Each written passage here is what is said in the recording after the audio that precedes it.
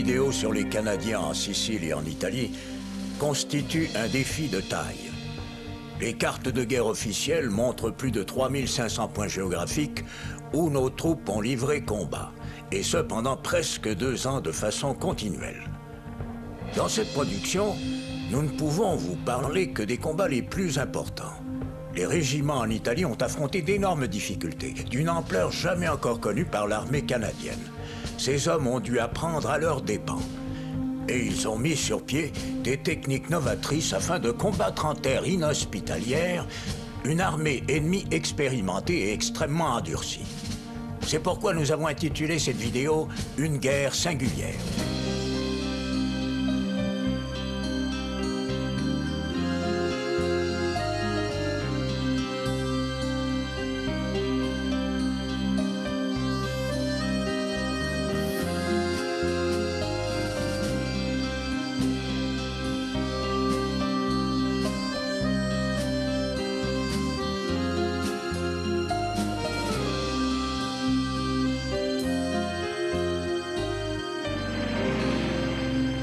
Doc Buckley était un de mes amis. Je l'ai connu à l'entraînement. Il était médecin militaire et il avait été blessé lors d'un parachutage au début de la guerre. Incapable de rejoindre son unité de combat, il avait été affecté à un quartier général des forces armées. Il a servi durant la campagne en Italie et en Sicile. Et pendant tout ce temps, Doc a tenu un journal sous forme de lettres à son père, qui était un ancien combattant de la Première Guerre mondiale. Dans ces lettres, il a donné un aperçu de la guerre dans son ensemble, ainsi que des souffrances que les hommes ont endurées. Et bien sûr, il a aussi parlé des exploits des simples soldats. Pour raconter cette histoire, nous nous sommes largement inspirés des lettres de Buckley.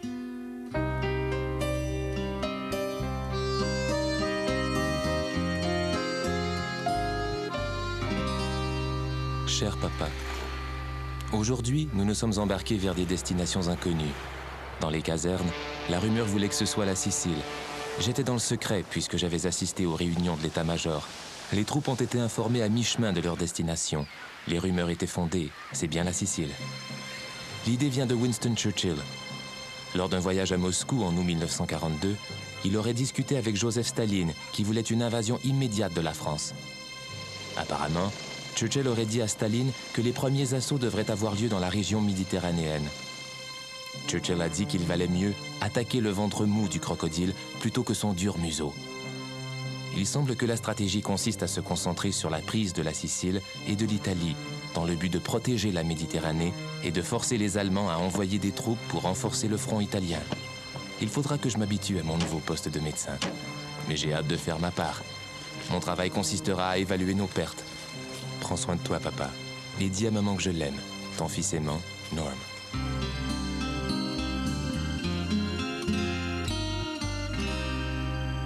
L'opération Husky allait être le plus important assaut amphibie depuis le début de la guerre.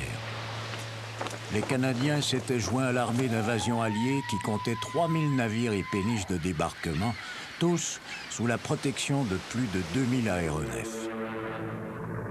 Pour les soldats canadiens, il s'agissait de la première opération de taille depuis le tristement célèbre raid de Dieppe en 1942.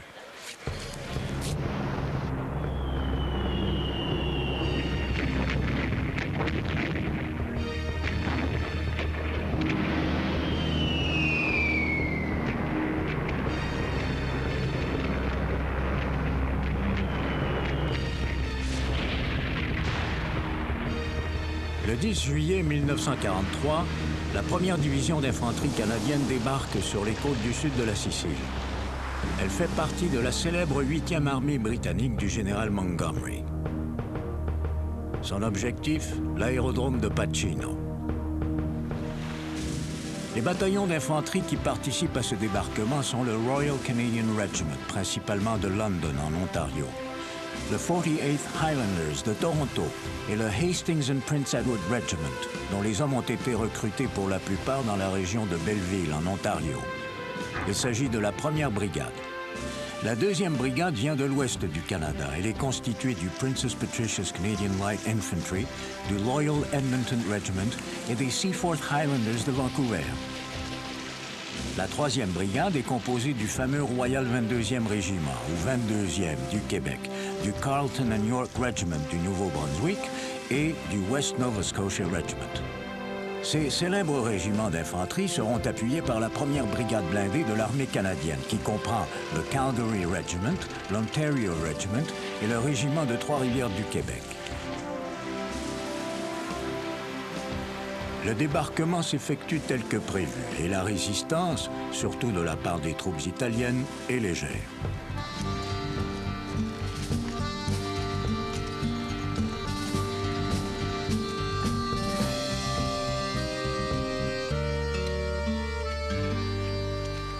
Cher papa, nous sommes en Sicile depuis environ une semaine et il y a déjà des histoires extraordinaires qui circulent au sujet des Canadiens. La première bataille contre l'ennemi a eu lieu à Gramicelle. Le Hastings and Prince Edward Regiment et les chars du régiment de Trois-Rivières ont foncé sur les Allemands autour du 15 juillet. Nous nous sommes emparés de Gramicelle quand 2 compagnies des Hasty Peas ont réussi à contourner la ville et que les Allemands ont commencé à se retirer. Nous avons perdu 25 hommes. Dans cette bataille, Huron Brand, un Mohawk de Tesseranto en Ontario, nous a prouvé qu'il valait bien toute une équipe de démolisseurs. Il a à lui seul attaqué un groupe de 30 Allemands. On l'a recommandé pour la médaille militaire. Après Gramicelle, les Canadiens devront s'attaquer aux objectifs les plus difficiles dans les collines du centre de la Sicile. Entre autres, Valguarnera, Asoro et Leonforte.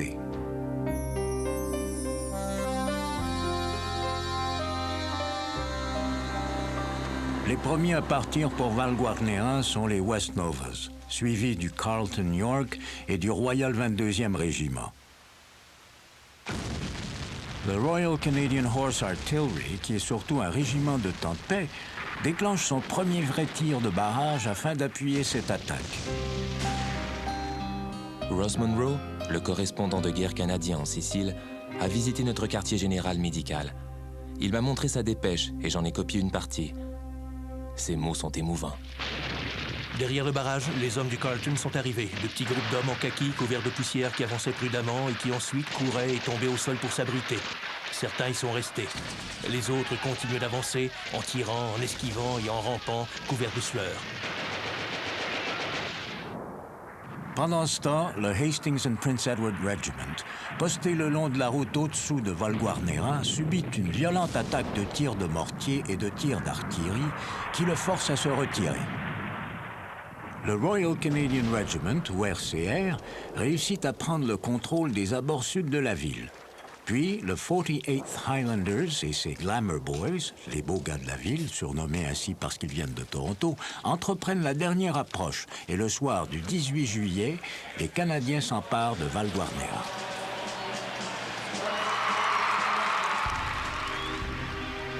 Cher papa, en Italie, le terrain est traître. Les collines escarpées et les ravins ralentissent les soldats. Apparemment, les cartes sont si mauvaises qu'il vaut mieux se fier à sa boussole et à son instinct. Je n'arrive pas à m'imaginer ce que ce doit être que d'avancer petit à petit dans une chaleur horrible, étouffé par la poussière et exposé au feu de l'ennemi. Mon Dieu, papa, où ces hommes puissent-ils leur courage? Ces armes modernes sont très différentes de celles dont vous vous serviez. Le Piat, un lance-bombe anti-char, est une arme encombrante qui ressemble à un tuyau de poêle. Il tire des projectiles qui peuvent percer le blindage des chars. Le Hasty Peas a probablement été le premier régiment canadien à se servir du Piat. Nous surnommons ces hommes les Plow Jockeys, les gars de la campagne, parce qu'ils viennent de la région agricole de Belleville.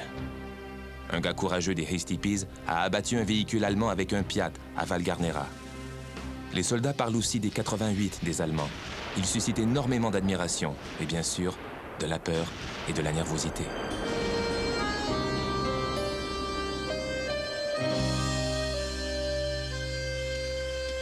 La bataille pour prendre les villes voisines de Leonforte et d'Asoro sera des plus sanglantes. Les villes sont perchées à 3 kilomètres l'une de l'autre sur une longue crête escarpée. Leonforte est situé près des ruines d'un ancien château, au sommet d'un escarpement qui empêche la brigade d'atteindre son objectif à Soro. L'avance pour prendre le terrain montagneux commence vers minuit. La première brigade se voit confier la tâche de prendre à Soro. Un des commandants de compagnie du Hasty Peas est le major Lord Tweedsmuir, fils de l'ancien gouverneur général du Canada. À Soro, il mènera l'attaque en escaladant le flanc d'une colline où seuls quelques arbustes et quelques sentiers de chèvres offrent une bonne prise. En grimpant au sommet de la colline, les Canadiens réussissent un effet de surprise total qui leur permet de tirer sur les Allemands en bas dans la ville d'Asoro.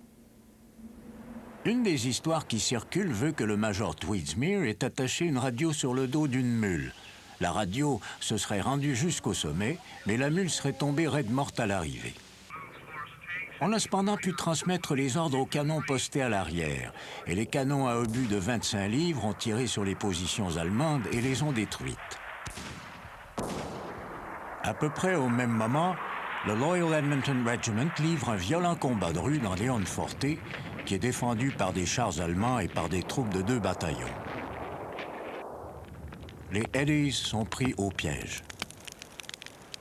Notre artillerie ne peut pas bombarder la ville parce qu'il est impossible de savoir quels sont les immeubles occupés par les Canadiens. Et nos chars ne peuvent pas traverser le ravin.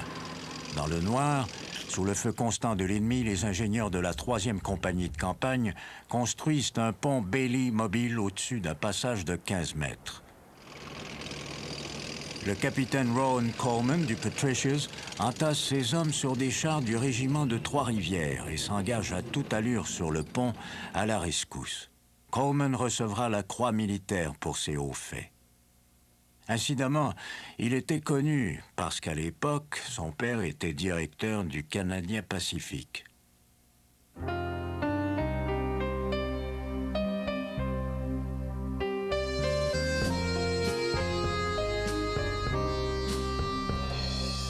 Cher papa, aujourd'hui, l'un de mes amis qui a combattu à un endroit appelé Nisoria, en Sicile, m'a informé de la situation là-bas. Apparemment, la stratégie était très mal conçue, et le major qui m'a raconté l'histoire a blâmé le général Simmons, qui avait insisté pour faire un barrage roulant. Il a souligné que Simmons était un ancien artilleur. Le Royal Canadian Regiment, ou le RCR, devait se mettre en action derrière le barrage, appuyé par l'unité de chars du régiment de Trois-Rivières. Les hommes du RCR sont entrés dans Nisoria, mais pendant qu'ils avançaient, le tir de mortier et de mitrailleuses allemands les a décimés.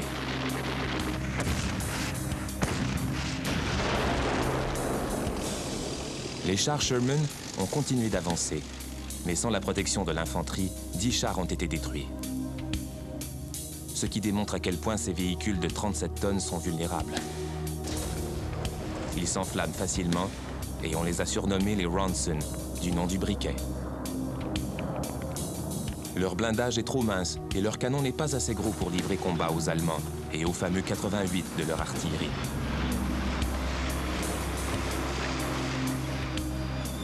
L'avancée à travers Nisoria a tout de même réussi et elle a ouvert la voie à la prise d'Adjira.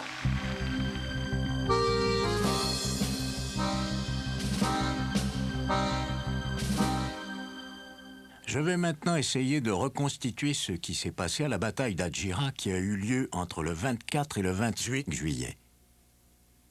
L'objectif principal était une petite montagne. C'était la tâche que les Seaforths s'étaient vu confier. La Royal Air Force, dans laquelle servaient beaucoup de Canadiens, volait au-dessus de nos têtes dans une opération tactique. Ils ont bien mitraillé la région avec leurs chasseurs bombardiers. Par la suite, les Seaforths ont dû escalader un à-pic de 90 mètres, ce qui leur a permis de surprendre l'ennemi. 2 jours plus tard, le 28 juillet, le Princess Patricias s'empare d'Adjira. 43 Allemands sont faits prisonniers, ce qui met fin à la plus grosse bataille livrée par la 1re division pendant la campagne de Sicile. Ce qui était censé être une bataille d'une journée a duré 5 jours et coûté 438 hommes aux Canadiens.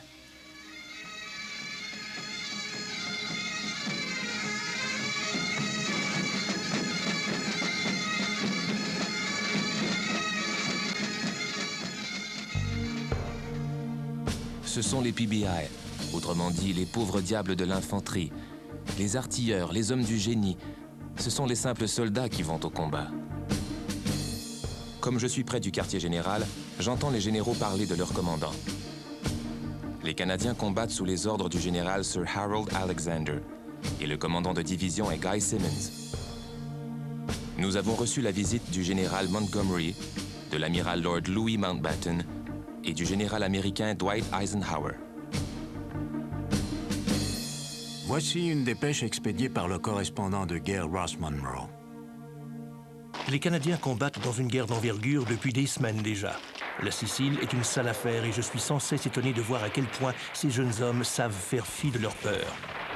Ils combattent des Allemands expérimentés qui se servent de lance-flammes, de mitraillettes, de Spandaus, les mitrailleuses lourdes que nos troupes semblent le plus redouter. Cette armada est appuyée par le tir de leurs chars supérieurs aux nôtres et par l'arme la plus efficace de cette guerre, ayant la précision d'un fusil de tireur d'élite, le 88 sur semi-chenillé. Si l'on en croit un officier allemand capturé, ces hommes sont très élogieux à l'égard des Canadiens qu'ils reconnaissent à la pièce de tissu rouge qu'ils portent à leur manche. Sous notre tir, les autres troupes se couchent et cherchent un abri, a-t-il dit. Mais les flanelles rouges continuent d'avancer. Les flanelles rouges sont de vrais diables. Cette campagne a prouvé que les Canadiens savent être inventifs. Quand la première division était encore en Angleterre, l'ingénieur en chef, le brigadier Jeff Walsh, a demandé des échantillons de tous les modèles de mines allemandes trouvés par les Britanniques.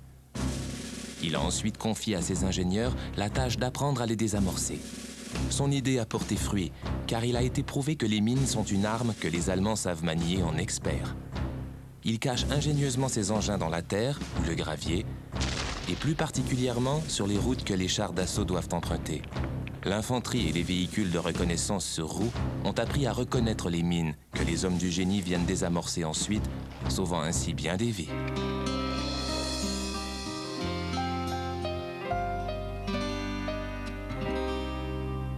Ross Monroe, qui était mon patron à la presse canadienne avant la guerre, m'a donné accès à ses notes. En voici une. J'essaie encore de reconstituer dans mon esprit les dernières phases de la campagne des Canadiens en Sicile. En écrivant ces lignes, j'apprends que le 25 juillet, Mussolini, le dictateur italien, a été destitué par les Italiens. Ceux qui ont cru que cela aurait un effet sur la résistance se sont trompés. Les Allemands semblent bien décidés à défendre l'Italie. Pendant que les Américains procèdent à un nettoyage de l'ouest et de presque tout le nord de la Sicile, nos journaux de guerre relatent un grand nombre de batailles très difficiles comme celle de Regalbuto, une ville occupée par la division Hermann Göring. Après la Sicile, Montgomery, le général britannique qui a vaincu les Allemands en Afrique du Nord, a dit aux Canadiens qu'il était fier de les avoir au sein de sa célèbre 8e armée britannique. Que les citoyens canadiens dans votre pays sachent à quel point ils peuvent être fiers de ce que vous avez accompli ici, dans les combats outre-mer.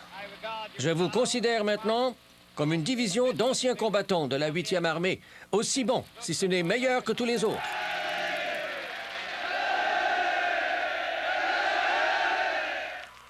Ici Peter Stursberg de la CBC dans le détroit de Messine. Les Canadiens sifflent et fredonnent un nouvel air en conduisant leurs véhicules le long de cette route qui longe la côte de la Sicile vers les plages d'embarquement ou en marchant le long des sentiers escarpés, séparés de la péninsule par cette étroite étendue d'eau. La plupart d'entre eux ne connaissent pas les paroles de la chanson, et nombreux sont ceux qui n'en connaissent même pas le titre. Mais elle continue à leur trotter dans la tête cette mélodie entraînante qui est devenue la chanson du théâtre de la guerre en Méditerranée.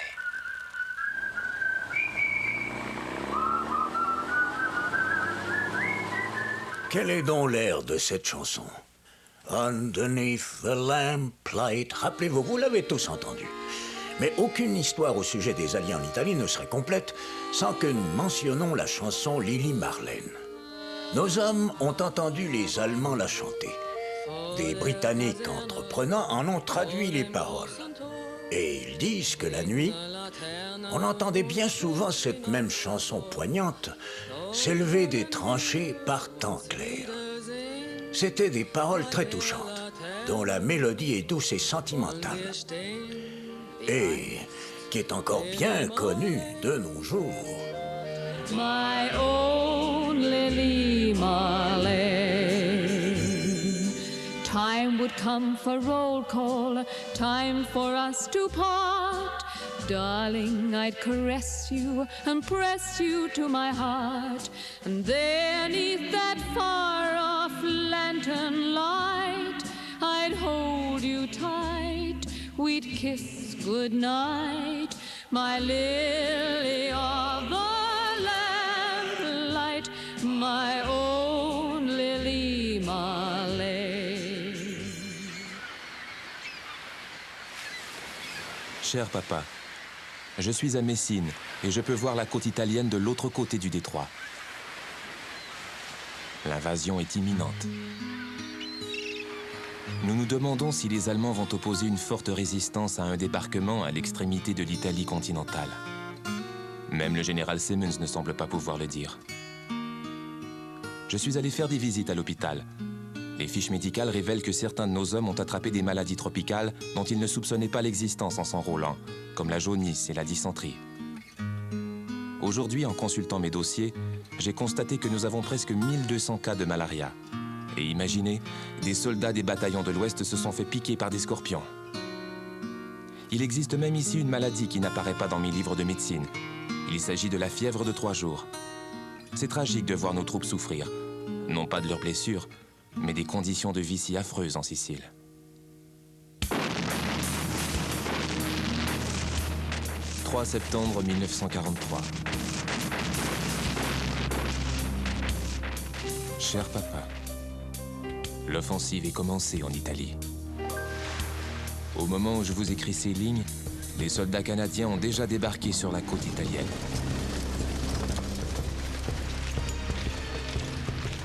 Les balles traçantes illuminaient le ciel nocturne et l'air était rempli d'une épaisse fumée.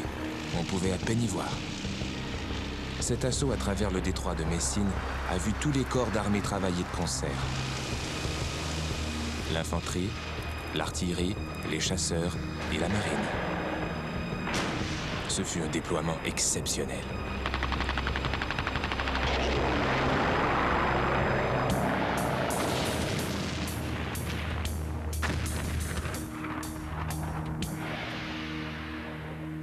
En quittant la côte sicilienne, je songe aux hommes que nous laissons derrière nous. Les disparus de ces 38 jours de combat en Sicile.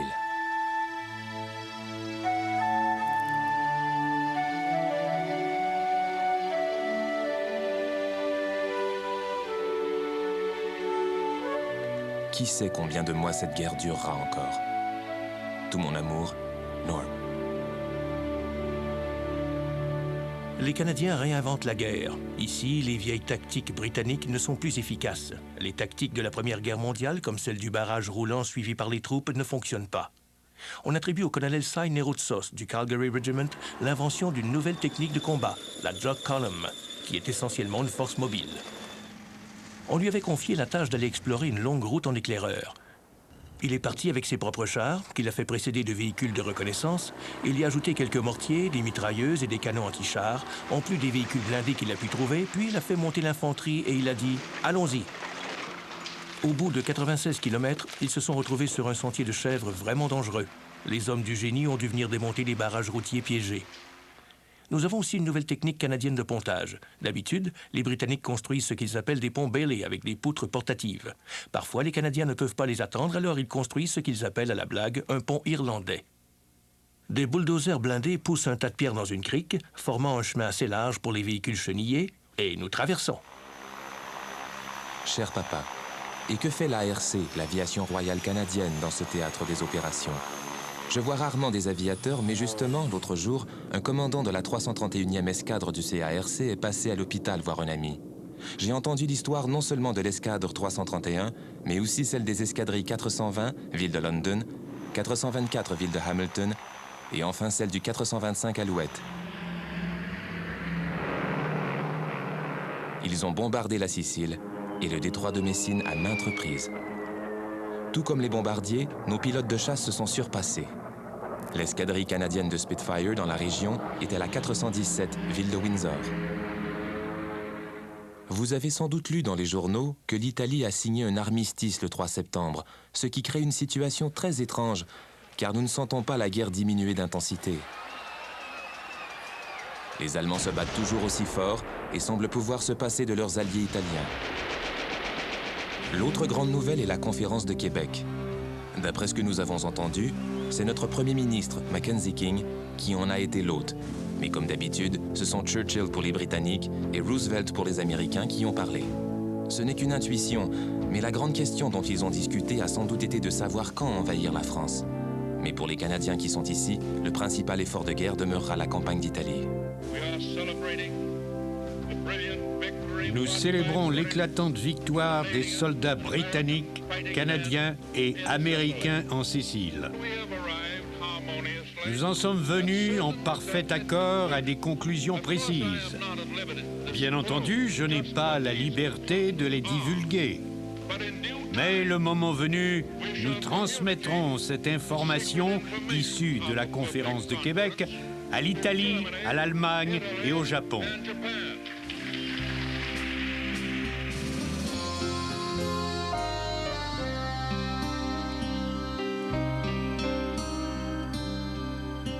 Cher papa, nos soldats ont un nouveau surnom, les Mounties Mountain Goats, les chèvres des montagnes, parce qu'ils semblent souvent y être bloqués.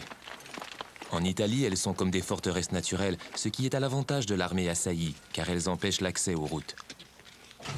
Ce sont les Allemands qui dictent le déroulement de cette guerre. S'ils décident de fortifier une ville, ils savent très bien que nos troupes ne peuvent la contourner et que nous devrons donc l'attaquer. C'est ce qui s'est passé pour la bataille de Campobasso. D'après mon journal, c'est le 1er octobre qu'une Jock Column, composée du RCR et des chars du Calgary Regiment, est partie pour Mota. Il fallait s'emparer de Mota pour que les troupes puissent avancer jusqu'à Campobasso dans les Apennins. Les Allemands ont livré un rude combat, s'appuyant sur leur tactique retardatrice habituelle, les ponts qui explosent et les routes criblées de mines. À un certain point, nos hommes ont été immobilisés sous un tir nourri de mitrailleuses et une pluie d'obus. Les Allemands avaient une position si avantageuse qu'un de leurs canons anti-chars a détruit 6 de nos Sherman, l'un après l'autre. Nous avons tout de même réussi à prendre Campobasso, et ce ne fut pas une grosse bataille. Les Allemands s'étaient retirés. Cette victoire s'est néanmoins avérée gratifiante pour les troupes. Ils ont transformé la ville en un centre récréatif qu'ils ont baptisé Maple Leaf City, la ville de la feuille d'érable.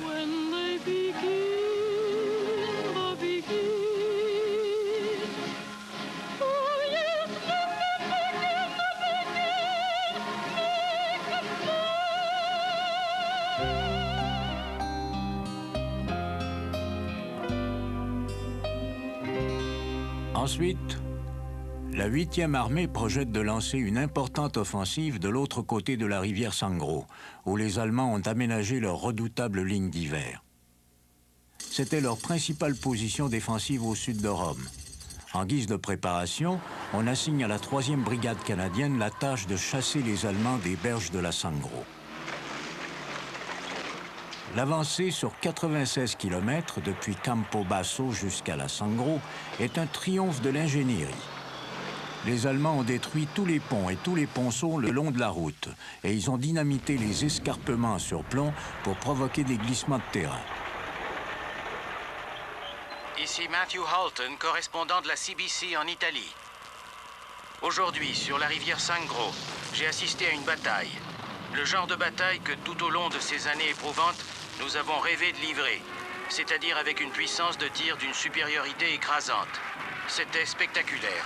À toutes les demi-heures, un escadron complet de nos bombardiers moyens lâchait des bombes sur les positions allemandes situées sur un escarpement en hauteur à 3 km derrière nous.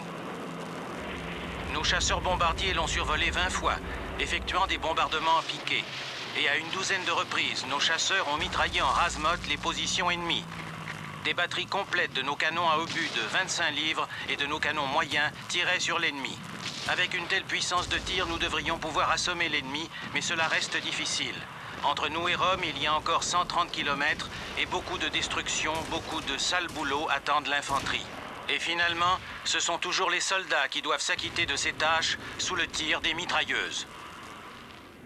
Le 1er décembre 1943, après moins de 6 mois de campagne en Italie, la 8e armée brise la ligne d'hiver des Allemands sur l'Adriatique et les force à se replier jusqu'à la rivière Moro. Novembre 1943. Cher papa, l'hiver s'est installé. C'est tout un changement comparativement au temps chaud de la Sicile. Les Canadiens sont en campagne depuis presque 6 mois. Tout un record. Je dois vous expliquer pourquoi la campagne d'Italie ne se fait plus pour les mêmes raisons. Vous vous souvenez qu'au départ, une des raisons pour envoyer les troupes alliées et canadiennes en Italie était d'apaiser Staline. Après Campobasso, une autre raison l'a emporté. Les Allemands ont apparemment décidé de défendre l'Italie au sud de Rome et ont construit 2 positions solidement fortifiées pour nous arrêter. La ligne Gustave et la ligne Hitler. Aujourd'hui, j'ai vu une note du service des renseignements. Les Allemands ont presque 2 fois plus de divisions que les Alliés. Ce qui veut dire que si plus tard un 2e front est créé, les troupes alliées postées en Italie vont tenir beaucoup de divisions allemandes occupées, ce qui les empêchera par le fait même de combattre un débarquement en France. Comme l'a si bien résumé un général canadien, la campagne d'Italie a maintenant sa raison d'être. C'est bien d'avoir une vraie raison de se battre, mais je n'envie pas les hommes qui sont en première ligne. Ils vont devoir continuer à se battre dans des conditions climatiques difficiles, sur un terrain éreintant, contre un ennemi bien armé, compétent et très fort. Toute mon affection, Norm.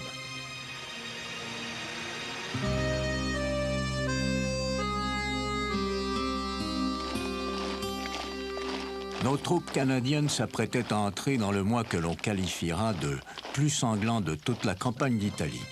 Leur objectif, Ortona, sur l'Adriatique, qui n'est qu'à 6 km au nord de la vallée de la rivière Moro. Mais quels 6 kilomètres!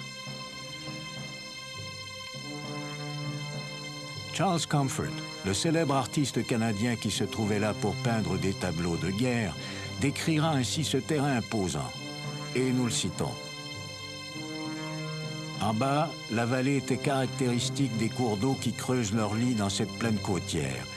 Au fond, un ruisseau boueux dont le niveau est élevé en cette saison. Les Canadiens, en arrivant du sud, devront descendre une pente escarpée, trouver une façon de traverser la rivière, puis grimper la contrepente, et tout cela sous le feu constant des Allemands.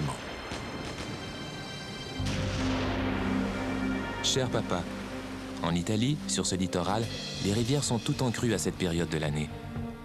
Aujourd'hui, pendant un sit trip, c'est le jargon de l'armée signifiant compte-rendu de situation, nous avons entendu parler d'une autre manœuvre ingénieuse, attribuée cette fois au corps royal de l'intendance de l'armée canadienne. L'état-major général parlait de leur brillante traversée de la rivière Sangro. On leur avait donné des véhicules amphibies, les docks, pour traverser les vivres et les munitions vers l'embouchure de la rivière, et c'est ce qui a sauvé la situation. Je peux maintenant vous raconter une partie de la traversée de la rivière Moro. Vous pouvez voir sur le tracé que les principaux objectifs étaient San Leonardo et Villa Rogati. On avait confié cette tâche aux Hastings and Prince Edwards, aux Seaforth Highlanders et aux Princess Patricia's Canadian Light Infantry. Les Hasty Peas ont attaqué de l'autre côté de la rivière Moro et ont installé une tête de pont. Ils étaient appuyés par les canons du 2e régiment de campagne et les mortiers du Saskatoon Light Infantry. Le Patricias s'est emparé de Villa Rogati. Ici Matthew Halton, correspondant de la CBC en Italie. Il est tard le soir sur la rivière Moro, où a lieu une des batailles les plus sanglantes que nous ayons connues. Trempés jusqu'aux os dans les marais boueux, combattant un ennemi qui se bat plus fort que jamais, les Canadiens attaquent, attaquent et attaquent.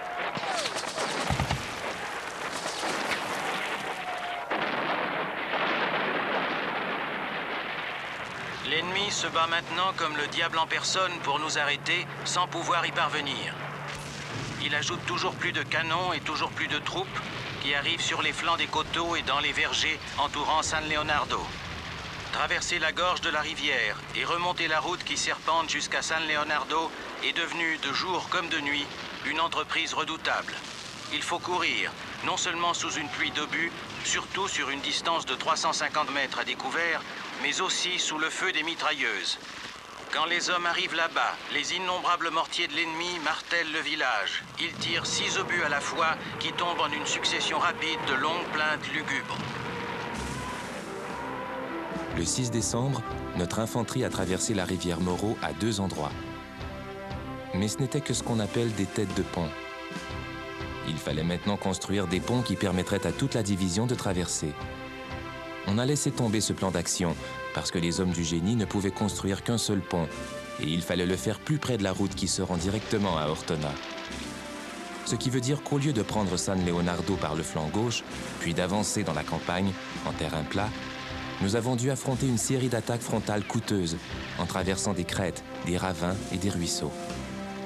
La prise de San Leonardo est attribuée au Calgary Regiment et on a mentionné le nom du major Ned Amy qui est passé de l'Ontario Regiment au Calgary Regiment. J'ai cru comprendre qu'on lui avait remis le DSO, l'ordre du service distingué. Dans la victoire de San Leonardo, les bataillons d'infanterie étaient le RCR, les Seaforths et le 48th Highlanders. Vous vous souvenez sans doute qu'une division compte 3 brigades. Jusqu'à présent, les Canadiens attaquaient en envoyant brigade par brigade. À la bataille de la rivière Moreau, ce fut différent. Pour la première fois, les 3 brigades ont combattu ensemble dans une même attaque. À la fin de la bataille de la rivière Moreau, le rédacteur du journal de guerre de la 1re division a écrit, le 9 décembre, « Cette journée restera gravée très très longtemps dans la mémoire des hommes de la 1re armée canadienne. C'était la première vraie bataille que nous livrions aux Allemands en tant que division. »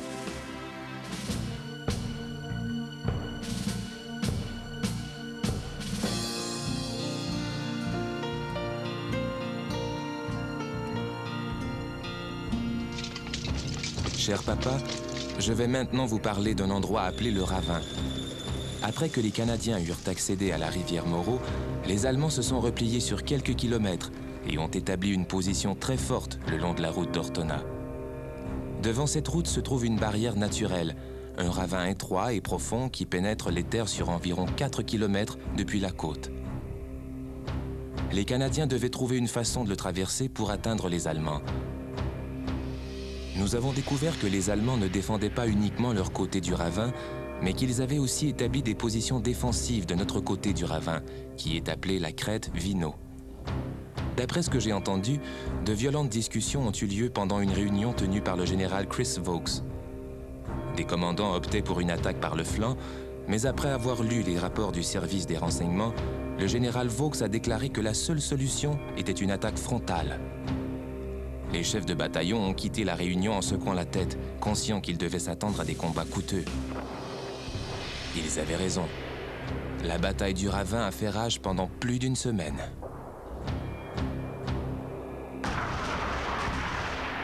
Elle a durement mis à l'épreuve le courage et le savoir-faire de notre infanterie, de nos chars, de nos canons anti-chars, de notre artillerie et de nos mitrailleurs. En 1985, je faisais partie d'une délégation qui était retournée visiter les champs de bataille en Italie. J'étais au sommet d'un bâtiment très élevé à San Leonardo, avec le général Pat Bogart. Je dois vous dire que le général était un parfait gentleman. Il avait commandé le West Nova Scotia Regiment, et au terme de la guerre, il était général.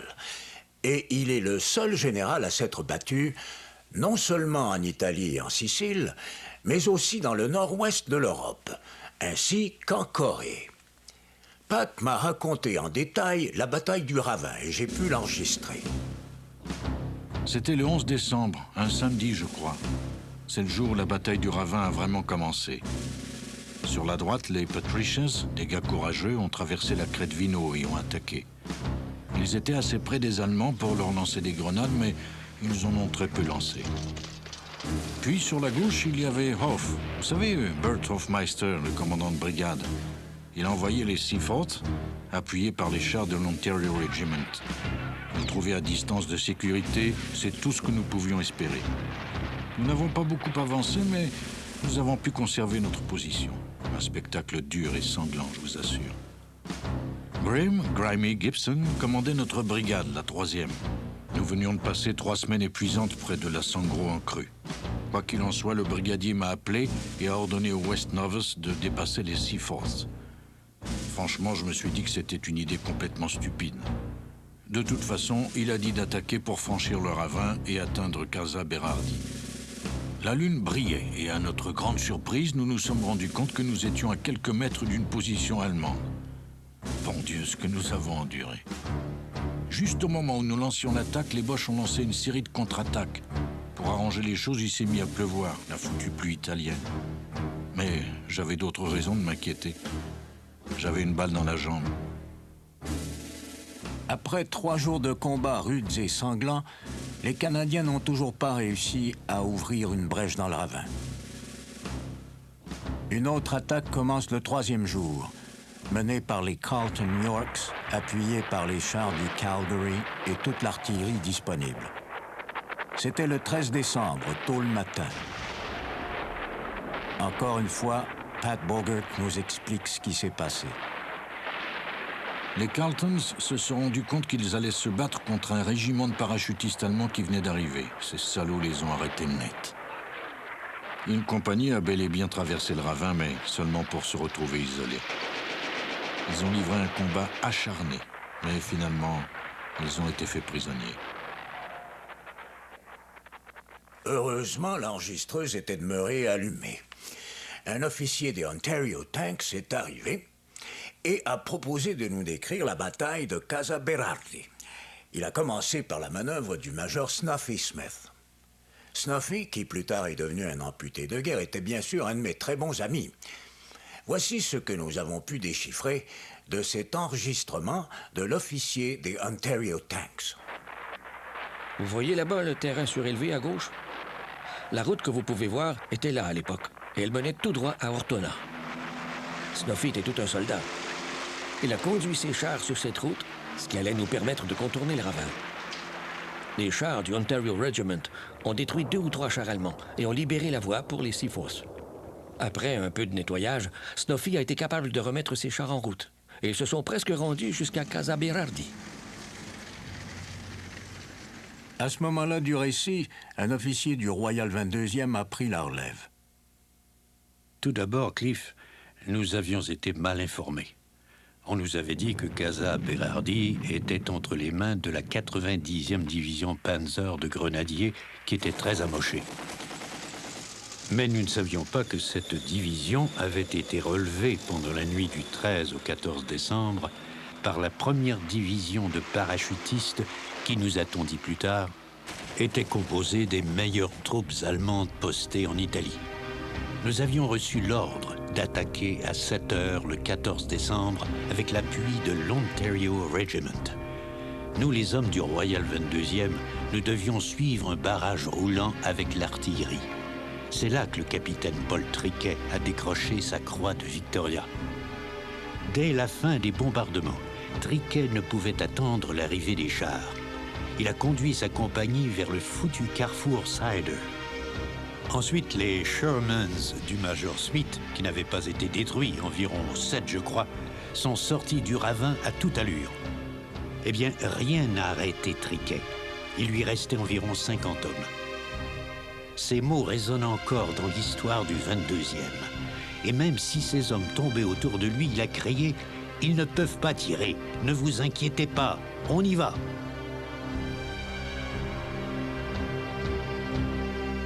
La bataille durait depuis au moins 7 heures.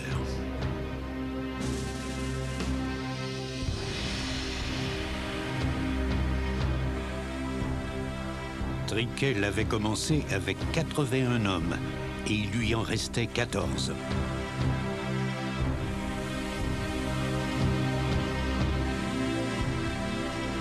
Il a demandé à l'Ontario Regiment de tirer. Et, menés par Triquet, les hommes du 22e ont chargé. Ils se sont rendus jusqu'au mur de pierre de Casa Berardi, qui sont encore là aujourd'hui. Ils portent encore les traces des balles et des obus. À 15h30, Paul Triquet s'était emparé de Casa Berardi. On lui a dit de tenir jusqu'à ce que les renforts arrivent. Moi, j'étais dans le fond du ravin, blessé. Vous savez, Triquet a été le premier Canadien à recevoir la croix de Victoria au cours de la campagne d'Italie. Snuffy Smith, lui, de l'Ontario Regiment, s'est vu remettre la croix militaire. C'est difficile à croire, Cliff. Nous avions pris Casa Berardi, mais bon Dieu, nous n'avions toujours pas le Carrefour Cider. Comme nous venons de l'entendre, à Casa Berardi, le 22e et l'Ontario Regiment étaient isolés de l'autre côté du ravin. Vous avez servi dans l'infanterie, alors vous savez ce qui s'est passé après. Nous avons dû exploiter notre mauvaise position. Avant que je ne vous raconte la bataille, avez-vous déjà entendu parler de la dispute entre le général Chris Vaux et Montgomery? Monty était déçu du peu de progression de l'armée et il a même laissé entendre que les Canadiens ne donnaient pas leur pleine mesure. Vous connaissez Chris Vaux, il a dit à l'officier de liaison de Monty que Monty lui-même devrait venir sur les lieux constater le problème. Et c'est ce qu'il a fait. Je crois que Monty est arrivé le 15 décembre. Et aussi vrai que la Terre est ronde, Monty s'est rendu compte de l'ampleur des difficultés que nous avions à surmonter. Je veux dire, ce ravin et le foutu Carrefour Cider. Si je me souviens bien, selon le plan d'attaque en 3 phases, le 48th Highlanders devait traverser le ravin et continuer à l'ouest de Casa Berardi. Après quoi, le bon vieux RCR devait avancer jusqu'au carrefour. Et voyons un peu, la phase finale? Ah oui, la 2e brigade devait effectuer une percée et s'emparer d'Ortona. Rendons à César ce qui appartient à César. Le 18 décembre, le 40th Highlanders s'est mis en route et a réussi à contourner les Boches. J'espère que les historiens réalisent qu'il s'agissait d'une brillante manœuvre. Le commandant du régiment, Ian Johnston, s'est vu attribuer l'ordre du service distingué. C'est peut-être à ce moment-là que le brigadier Bruce Matthews a lui aussi gagné sa décoration. Il commandait l'artillerie. Bon Dieu, nous aurions dû nous douter que les choses allaient trop bien. La 2e partie du plan a été un quasi-désastre. Les cartes Chrysley étaient erronées, alors vous devinez la suite. Nos propres obus tombaient sur les Carlton Yorks, de notre côté du ravin, et sur le pauvre 40th Highlanders, de l'autre côté. Je ne peux pas y croire quand j'y pense. Mais c'était un vrai désastre pour les 2 compagnies d'assaut du Royal Canadian Regiment. Strom Galloway, un éminent commandant de ce régiment, a décrit ce qui s'est passé par la suite. Jamais encore, que ce soit pendant la campagne de Sicile ou la campagne d'Italie, un régiment n'était tombé dans un tel piège mortel. Les morts, les mourants et les blessés jonchaient le sol, et les brancardiers qui travaillaient avec courage et ferveur ont découvert que le brassard de la Croix-Rouge ne pouvait les protéger ni contre les fragments de mortier, ni contre les balles de mitrailleuse. Néanmoins, le Royal Canadian Regiment, réduit à une force de combat de moins de 200 officiers et d'hommes de troupe, s'est bel et bien emparé du Carrefour Cider. C'est ce qui a ouvert la voie à la bataille d'Ortona.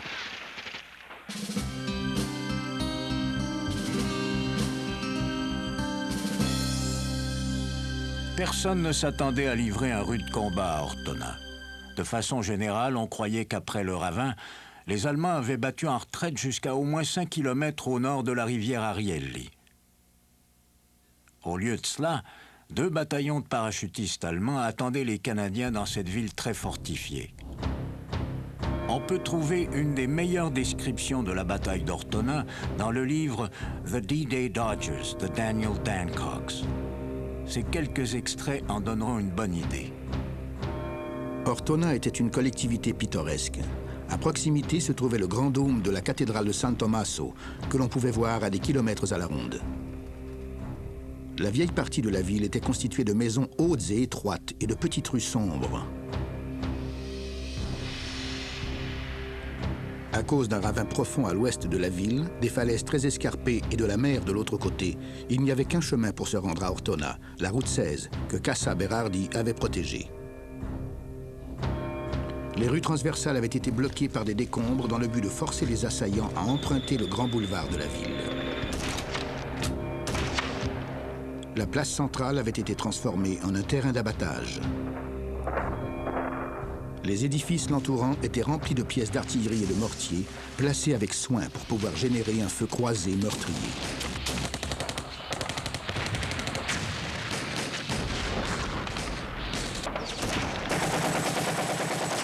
En décembre 1943, presque tous les habitants d'Ortona avaient quitté la ville. Les hommes aptes au travail avaient été envoyés aux travaux forcés dans le nord de l'Italie, et beaucoup d'autres s'étaient enfuis dans les montagnes. Dans un sens, c'était une bonne chose. Cela a épargné à ces gens d'assister à la destruction presque complète de leur ville.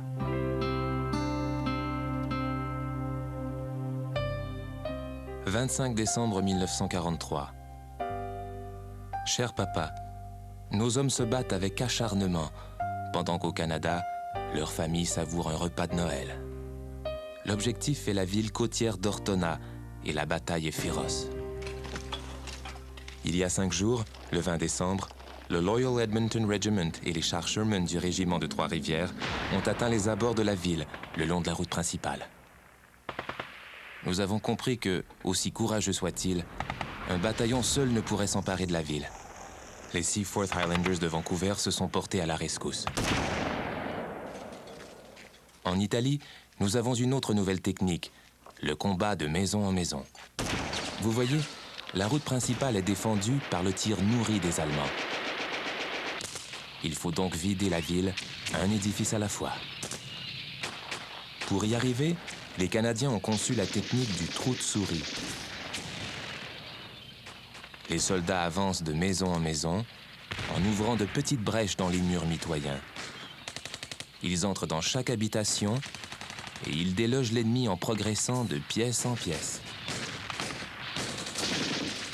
C'est une façon d'avancer angoissante, mais qui leur permet de libérer des îlots complets de maisons sans se montrer dans la rue.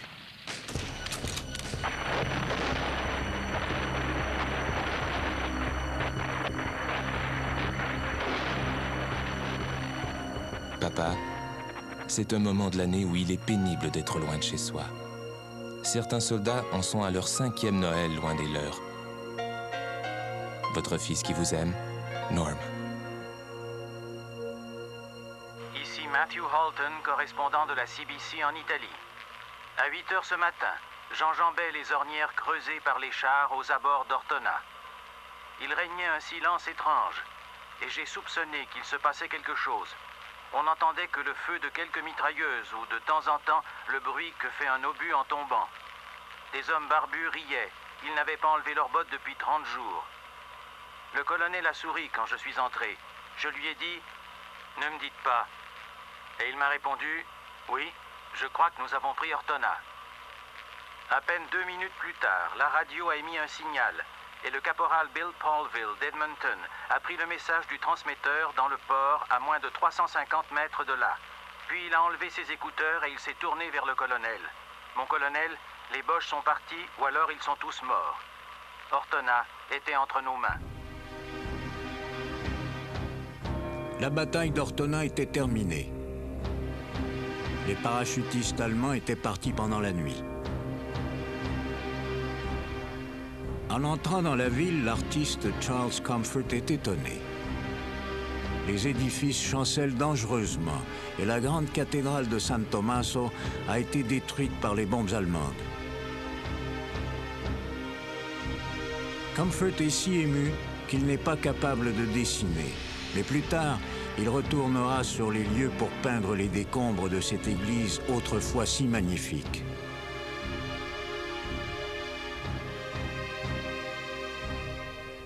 Au cours des semaines suivantes, une analyse de la bataille d'Ortona s'imposera. Doc Buckley, qui avait la chance d'assister à des conférences tenues à différents échelons de l'état-major, a peut-être réussi à bien comprendre les événements, comme en fait foi sa lettre du 3 janvier 1944. On critique le général Chris Vaux, et les officiers supérieurs s'entendent pour dire que les attaques précipitées dans la région du ravin et l'assaut final sur Ortona n'auraient pas dû avoir lieu. Certains esprits plus logiques ont souligné, cependant, que Vaux a bel et bien tenté de prendre Ortona par le flanc ouest, mais que sa tentative a échoué. Par hasard, j'ai entendu parler un officier supérieur qui connaissait la vérité. Il se souvenait avoir entendu le général Montgomery dire à Vaux d'attaquer. Monty voulait parler des mêmes attaques frontales qui avaient coûté tant de vies pendant la Première Guerre mondiale. Vaux n'avait pas le choix. Les listes des morts de la bataille d'Ortona sont terrifiantes. Les hommes n'étaient pas au courant des tactiques, mais ils se souviendront toujours de la terreur qu'ils ont ressentie à la bataille du ravin.